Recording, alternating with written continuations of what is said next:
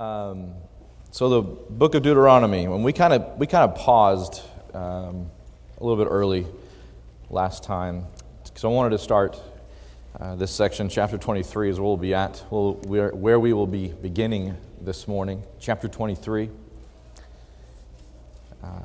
And again, where are we right now? Do you remember what's going on in Deuteronomy? The second law, what's happening? We're just outside, right? We're just outside that promised land. Moses is just preaching up a storm, and we have some laws that were given before they go into the promised land. And we're sort of in a drier part of Deuteronomy right now. It's going to get kind of spicy here and there during this, but we're sort of in a drier spot because he's going through, and we talked about this at the very beginning, the onset of the book. There are various types of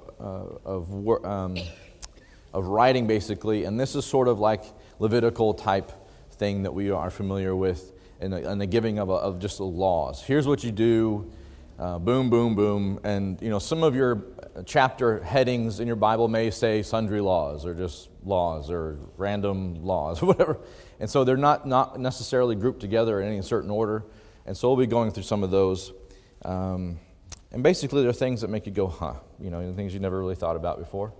And so we'll be looking at that and some various other things this morning. So beginning in 23, again, we're still in the second discourse that Moses gives, the second out of four. And in this beginning, in verses 1 through 8, they begin to talk about those who are not allowed to go into the assembly before the Lord. Those who are not allowed to go in the assembly. And so it begins to list those people. And chapter 23, verse 1, those who are emasculated cannot go. Illegitimate children cannot go. And the Amorite and the Moabite cannot be in front of the Lord in the assembly, as well as the Edomite and the Egyptian unto the third generation. So 3 generations later, they'll be able to be in the assembly before the Lord. And when I say in the assembly before the Lord, we're talking about going to the temple in sort of in a worship setting. They're not allowed to partake in that setting. So those are those who are excluded from that assembly. And then verses 9 through 14, we talk about war camp. War camp, when you go camping for war. I don't think any of us have ever really done that before. In here, anybody? Maybe not. And so there were laws about how you're supposed to camp, and those who were supposed to be clean. And in verse 9 repeats again this phrase that we've seen over and over and over again. He says, when you go out as an army against your enemies, you shall keep yourself from every evil thing. As you go out as an army to your enemies, you shall keep yourself from every evil thing. And then talks about those things that would make them unclean and what was supposed to happen in those situations. But that's interesting as we think about spiritual warfare, fighting the good fight. As we go out as an army, we're supposed to keep ourselves free from every evil thing as well. And we can look in the New Testament and see those things that we need to keep ourselves free from that would entangle us or ensnare us. So there are some interesting applications involved in this, but 9 through 14 talks about those very things.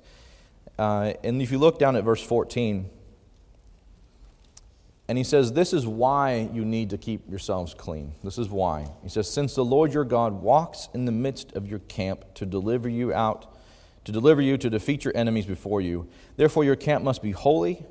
He must not see anything indecent among you, or he will turn away from you. I think it's a neat concept, actually, that God is walking in the midst of your camp. I just think that's really cool. And again, this is a situation that this only happened with this group of people. This type of closeness that God had only happened with the Israelites, with those descendants of Abraham. And again, does not mean that God did not have a relationship with other people, and we've seen that. The reason they're going in to destroy Canaan is because they're They're worse than the Israelites. And he said that in this letter. He says, not because you're all that special, it's just because they're so bad. I'm using you to destroy them. And so, but this is a special relationship that he has with them, and why they need to be clean. Because of that close relationship. And again, it translates very closely into our relationship with God today. And we have some miscellaneous laws here, beginning in verse 15 through 18. You shall not hand over to his master a slave who has escaped from his master. To you he shall live with you in your midst in the place that he chooses. He shall choose if one of your towns there pleases you. You shall not mistreat him. So a runaway slave, don't mistreat a runaway slave. None of the daughters of Israel, verse 17, shall be a cult prostitute, just in case you were thinking that needed to happen.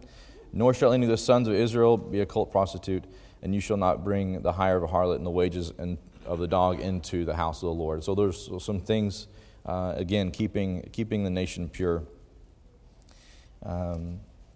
Verse 19, you shall not charge interest to your countrymen, interest on money, food, or anything that may be loaned at interest.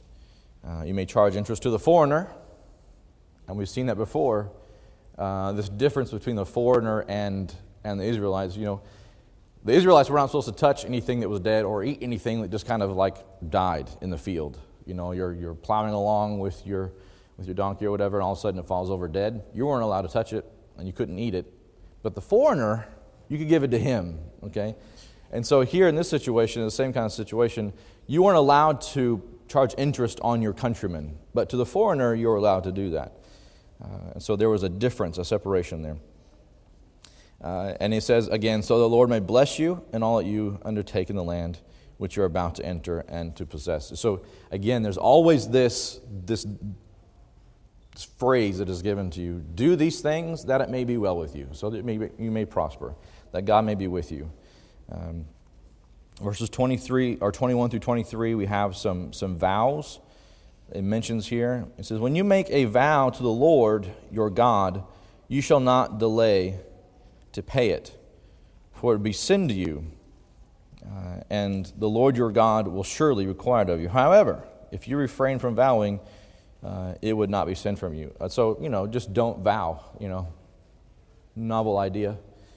So don't make a vow. But it's interesting here, it says, when you make a vow to the Lord, you must repay it, which when later on, when Jesus talks about let your yes be yes and your no be no, they had set up this kind of situation where, well, if I vow to God, then I really got to do that one. But if I do it by something else lesser than God, then it's sort of less binding. And I could back out of that one. And you'll see that in some of these laws that there became these traditions. So this was the law of God, and then they wrote other books and rabbinical traditions that interpreted these laws. One book is called the Talmud, which you've heard referenced in here. And that's the kind of stuff, when Jesus is talking in the Sermon on the Mount, you have heard that it was said, commonly interpreted as, but I say to you. It's not that he's changing, and we'll get to that in just a second. It applies to something we'll be looking at. Not that he's changing, he's just clarifying where they went wrong in their traditions and how they were applying these things. And so the vows were very, very important in making sure that you vowed correctly. In eating your neighbor's produce. So you could do that in verses 24 to 25. When you enter your neighbor's vineyard, and when you may eat grapes until you are fully satisfied, and you shall not put any in your basket. And you may enter your neighbor's standing grain, and you may pluck the heads with your hand, but you shall not wield a sickle in your neighbor's standing grain. What are we talking about here?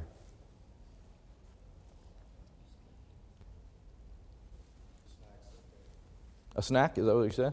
Yeah, you can snack on your neighbor's vines, but you just can't take anything away from them. That would just be socially wrong. And you can go through and pick, any of you done the whole thing with wheat where you've picked the heads and rubbed the wheat and chewed on that? It's interesting, wheat, if you just sit and chew on wheat, it becomes like a gum, actually. Random, you didn't need to know that apparently. But anyway, so But look over in Matthew chapter 12, verse 1. This happened.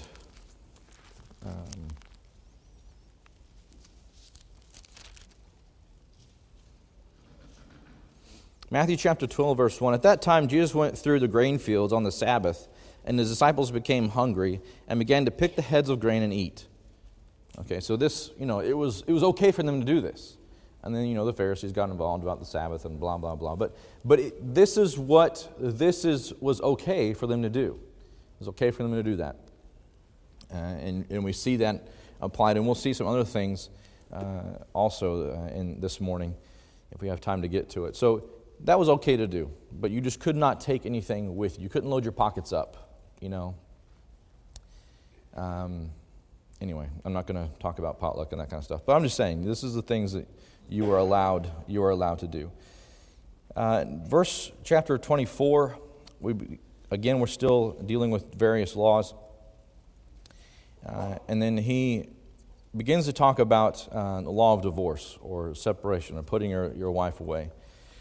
And he says, when a man takes a wife and marries her, and it happens that she finds no favor in his eyes because he has found some indecency in her, and he writes her a certificate of divorce and puts it in her hand and sends her out from his house.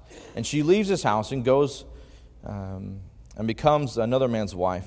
And if the latter husband turns against her and writes her a certificate of divorce and puts it in her hand and sends her out of his house, or if the latter husband dies who took her to be his wife, then the former husband who sent her away is not allowed to take her again to be his wife, since she has been defiled. For that is an abomination before the Lord, and you shall not bring sin in the land which your Lord gives you as an inheritance. So she was not allowed to go back. This is, again, that situation where they were given this permission to put a wife away. Look over in Matthew 19. We would be remiss not to mention Matthew 19.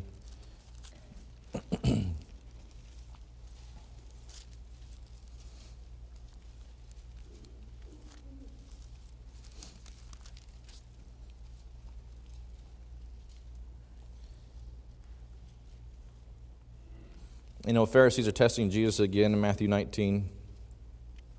And beginning in verse 3. Some Pharisees came to Jesus, testing him, asking him, is it lawful for a man to divorce his wife for any reason at all? And he answered and said, have you not read that he who created them from the beginning made them male and female? And he said, for this reason a man shall leave his father and mother and be joined to his wife, and the two shall become one flesh. So they're no longer two but one flesh. Therefore whatever God has joined together, let no man separate. Then they say to him, why then did Moses command to give her a certificate of divorce and send her away? And he said to them, because of your hardness of heart, Moses permitted you to divorce your wives. But from the beginning it was not or has not been this way. And so apparently this was a not the way it was intended to be. And this morning I do not intend for us to dive into every nuance of this, but to simply read what the Bible has. So Matthew 19, 1 through 12. The Cliff Notes version is Matthew 5:31.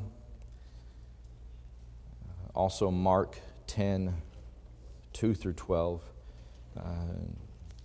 From the beginning it was not so. And it was such the case that his disciples said to him, if this is the relationship of a man with his wife is like this, it's better not to marry.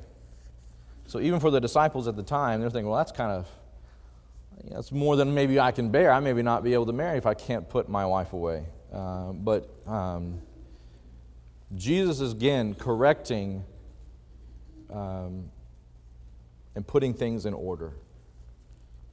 There's no other relationship that God has given us like between a husband and a wife.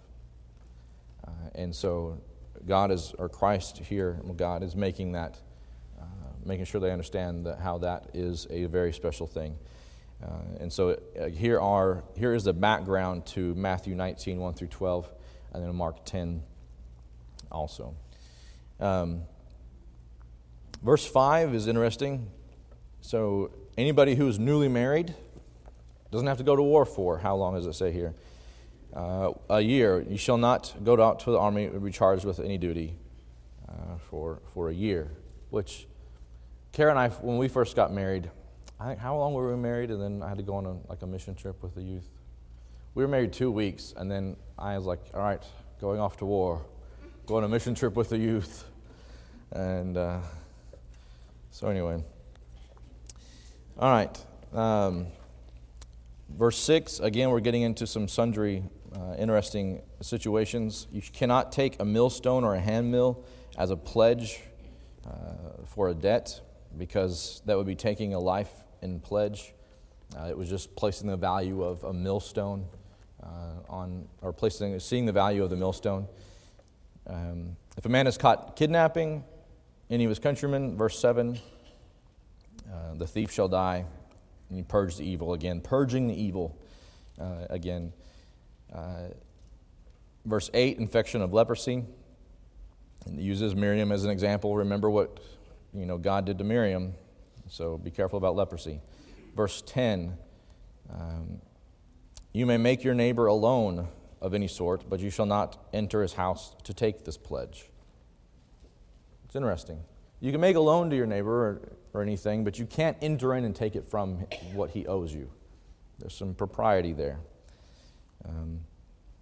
You shall not, in verse 14, you shall not oppress a hired servant. Nobody shall be oppressed is what. And again, verse 14 is very important. Fathers shall not be put to death for their sons, nor shall sons be put to death for their fathers. Everyone shall be put to death for his own sin. And this is a situation where it kind of hedges against this concept where we're just going to kill them all. This one kid did something really bad. Let's just wipe them off. And you can't do that. You might want to write out there Jeremiah 31, 29 through 30, or 29 and 30. Also Ezekiel 18:20 comes to bear. Ezekiel 18:20. Let's turn over there and look at that. This is something that, in the case of inherent sin, Ezekiel 18:20, the person who sins will die. The son will not bear the punishment of the father's iniquity, nor the father bear the punishment of the son's iniquity. The righteousness of the righteous will be upon himself, and the wickedness of the wicked will be upon himself. Which teaches against what? I'm sorry? Original sin. A child is not born sinful. The soul that sins, it will die. There's no inherent sin. Adam did not just bless us all with sin. That is not what some would espouse. Look over in John chapter 19 or John chapter 9. The case of the blind man, the man born blind.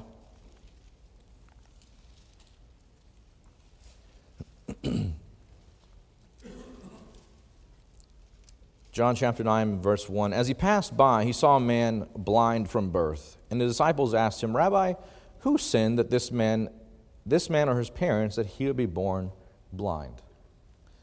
What is this alluding to?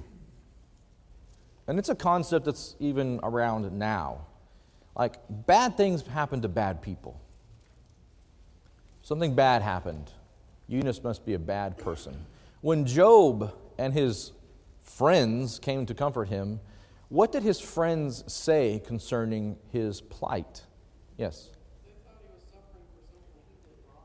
Yes. They said, Job, you're suffering because you did something wrong. You just need to repent. And Job was jumping up and down as much as he could with all those swords the whole time saying, no, no, no. And he kept appealing, He said, I need somebody to talk to between me and God. I need an intercessor with God so that you know that I am not doing anything wrong.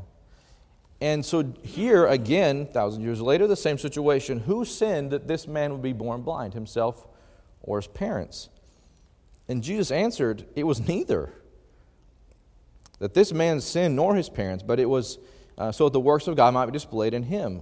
We must work the works of him who sent me as long as it is day. And the night is coming, and while I'm in the world, and I'm the light of the world. And so he spat on the dirt and made the mud and had him go wash. And then later on, after the story goes on, and the Pharisees are saying, who healed you?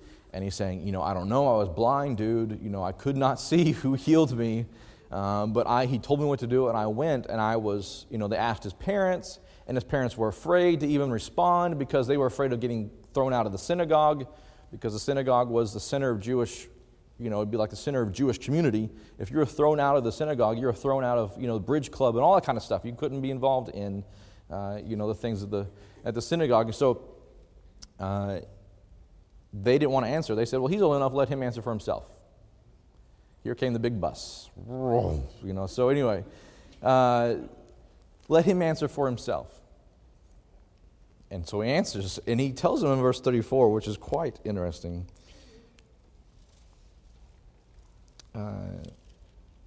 Where does he start? The man, in verse 30, the man answered and said to them, well, here is an amazing thing, that you do not know where he is from concerning Jesus, and yet he opened my eyes, because I kept saying he was from someplace else. We know that God does not hear sinners, but if anyone is God-fearing and does his will, he hears him. Since the beginning of time, it has never been heard that anyone opened the eyes of a person born blind. If this man were not from God, he could do nothing. And so here's a blind man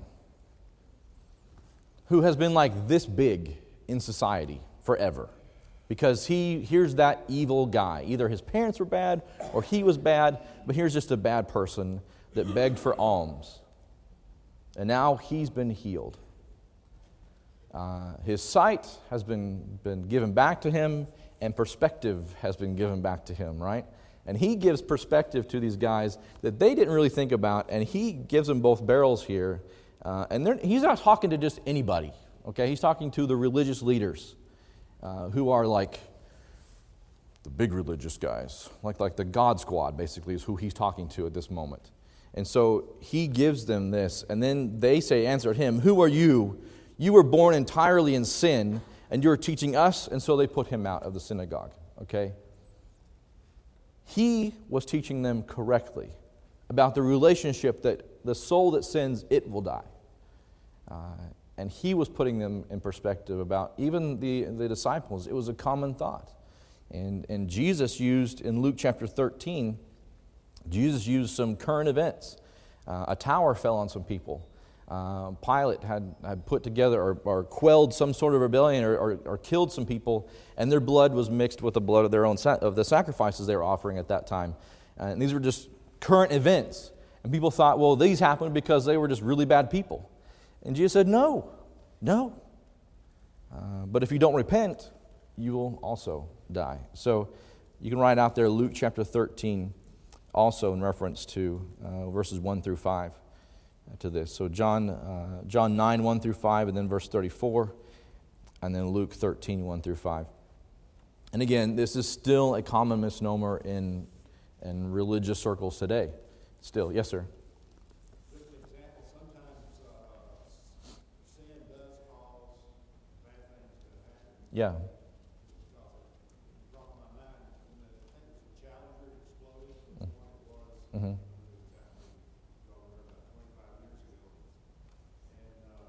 Our preacher down at Suncoast, Mark Swindoll, went to interview on a radio show here with a guy that was with an ACE time.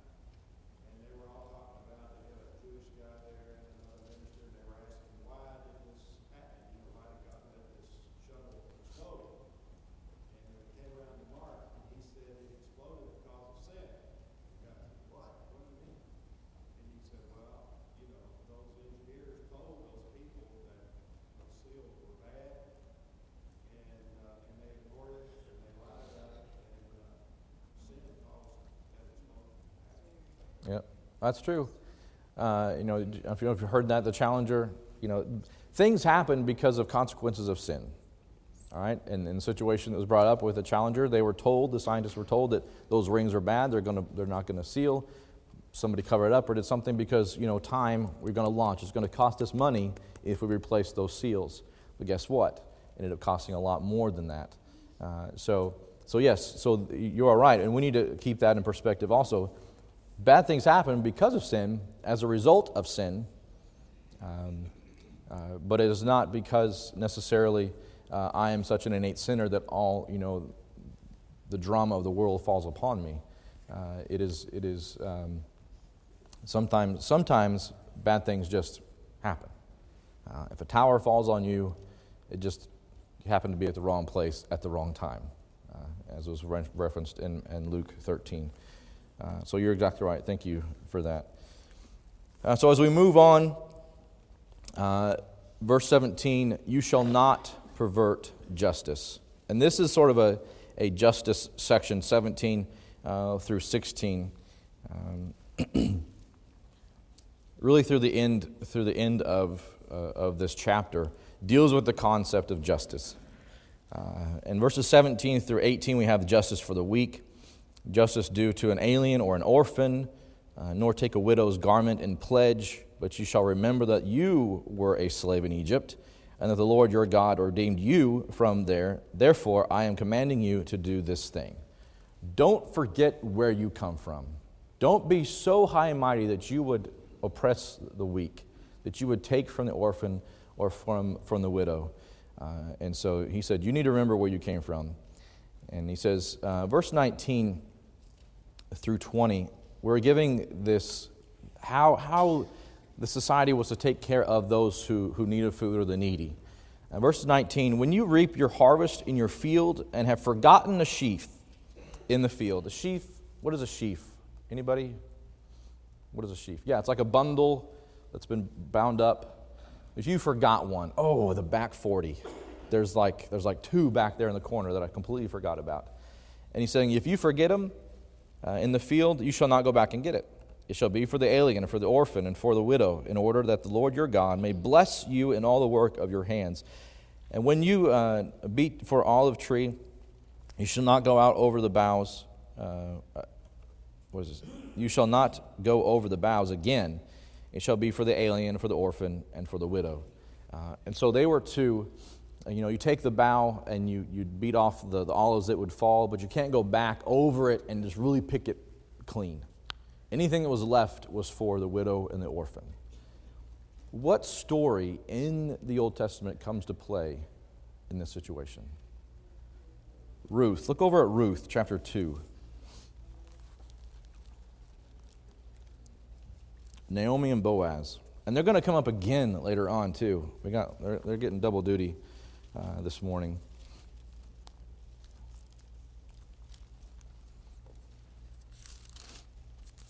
And again, the story takes place in the time period of the Judges. In Ruth chapter 2, really this 1 through 13 deals with this whole thing. But we'll skip down to, so Naomi goes out to pick and to gather. In verse 5, then Boaz said to the servant, who's in charge of the reapers? Whose young woman is this? So he thinks that she's just somebody gathering, working for. And he says, whose young woman is this? And he says, she is a young Moabite woman who returned with Naomi from the land of Moab. And she said, please let me glean and gather from the reapers among the sheaves. Thus she came and has remained from the morning until now. She has been sitting in the house for a little while. Then Boaz said to Ruth, listen carefully, my daughter. Do not go glean in another field. And so he begins to take care of her. And he provides for her, and he says, you can drink from the water that the servants are drinking from, and provides for her and takes care of her. And so we see the heart of Boaz here. But here is this situation where this story or this application comes to play with Ruth and Boaz here as she collects for Naomi.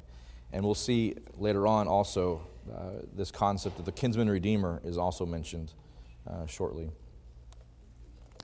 And so that is what is provided for the widow and the orphan. And then when you gather the grapes of your vineyard, you shall not go over it again. And for the alien and for the orphan and for the widow, and you shall remember that you were a slave in the land of Egypt. And so these are things that this whole thing, this concept of taking care of those who are weak, taking care of those who need to be taken care of by the Lord. And again, we go into some sundry laws beginning in chapter 25. If there's a dispute between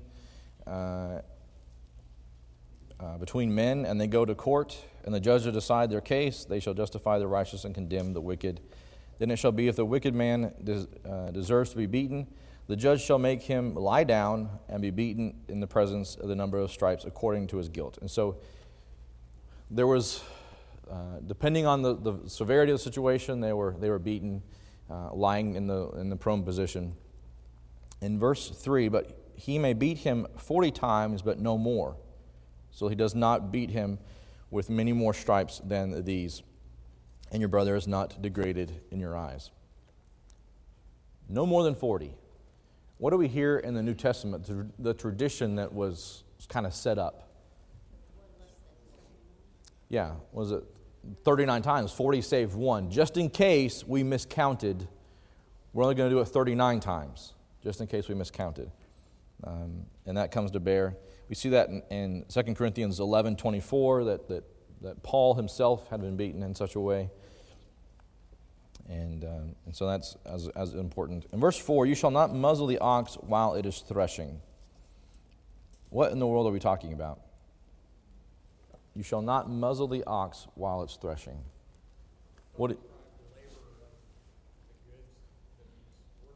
Yes. I mean, what does that look like, though? I mean, when you are using your ox when you're doing threshing, it's not even a common concept for us, but what does that look like?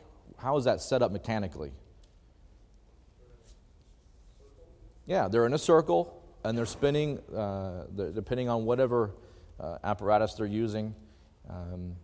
They're walking, and so they can eat as they're walking, is basically what I understand. Is anybody, okay. Some of you are shaking your head. I never really used an ox for anything like that before. So, but from what I understand, they were able to eat while they were threshing, while they were working.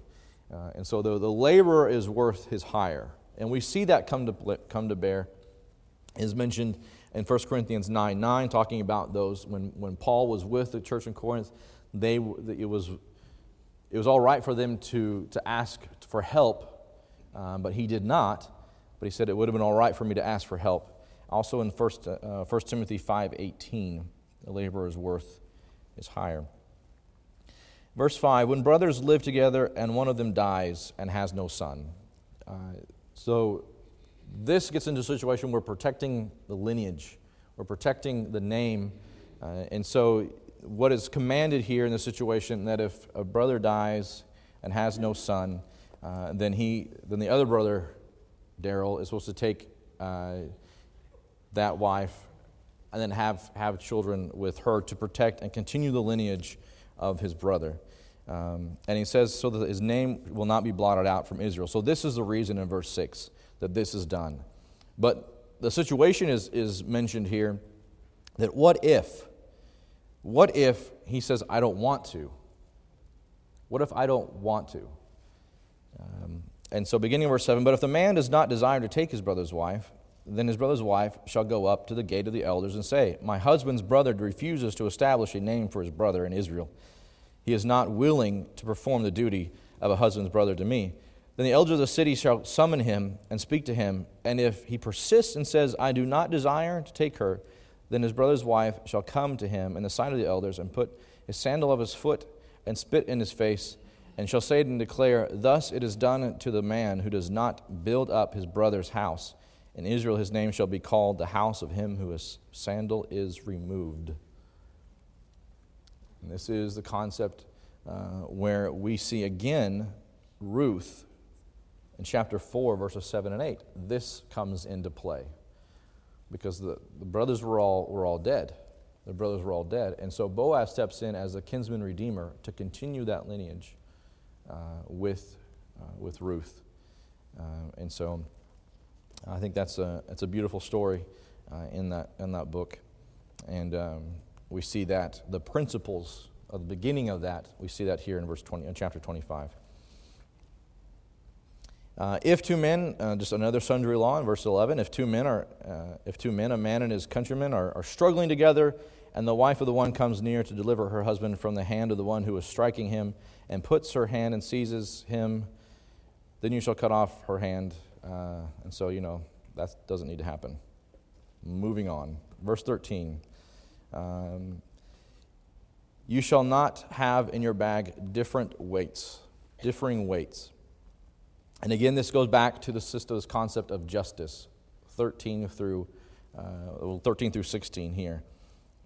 What are we talking about, differing weights? Huh?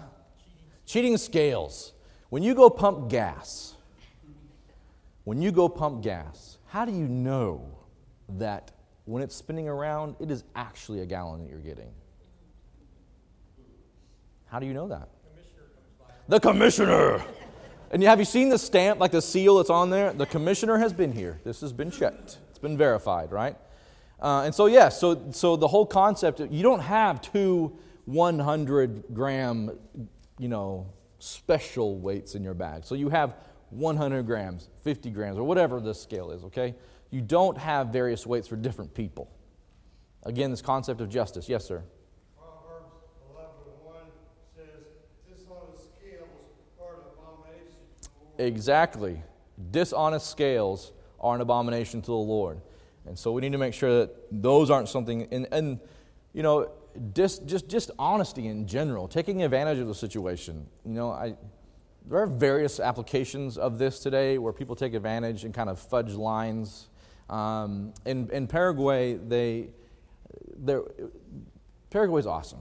Just saying, Paraguay's awesome. But, like every country, they have their things. We have ours. They have theirs. And in one of their situations is there's a corrupt element in just building something. So when you build a building, you actually put into your budget bribes. You build into that budget a percentage of bribes that are going to be given. So dishonest scales and things of that nature. Bribes make things go faster, but just dishonest in how that works. So, but look in verse 16. For everyone who does these things, everyone who acts unjustly is an abomination to the Lord. So again, this concept of justice. The Bible doesn't talk about fair, right? It talks about justice. What is just and right? In this situation, these are things that are just, things that it just should be. So, remember Amalek, concerning justice. Amalek, you remember what happened in Exodus 17, 8 through 16? Amalek did to you along the way, and so he's talking about remembering what happened when they came out from Egypt, and how he met you along the way and attacked you among all the stragglers at the rear, which is sort of an underhanded thing to do, right? I mean, who does that? Amalek does that. And so the struggler, those who are at the rear, which is typically in a military column, you have the rear guard. It's because of this. And so they said to remember what he does. And he says, you shall blot out the memory of Amalek from under heaven, and you must not forget. That's a pretty serious charge, which makes archaeology difficult when you've blotted out the name of somebody. Well, the Bible is not correct because we have no record of Amalek. Well, it says right here, they didn't want him to be known, okay? And so archaeologists have tried to use that in other situations and to their demise. So we will actually finish here this morning. Any comments, questions? Anything? Yes? I have a question about the beating. Did they have to use the same device, or was it That I don't know, actually.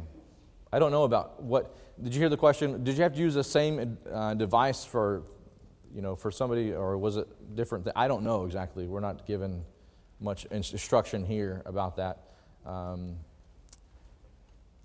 don't know. That's all I can say on that one. That would be interesting to know that. I wonder if you got to pick your own device, like as a wall. That would be torturous. Here are the things you may be beaten with. Pick one. Okay. Yes. You go out and pick up one from the bush. This one will break my spine, and this one they'll send me back to get another one. So, all right. Any other questions, comments? Okay. You are dismissed. Thank you very much for your time.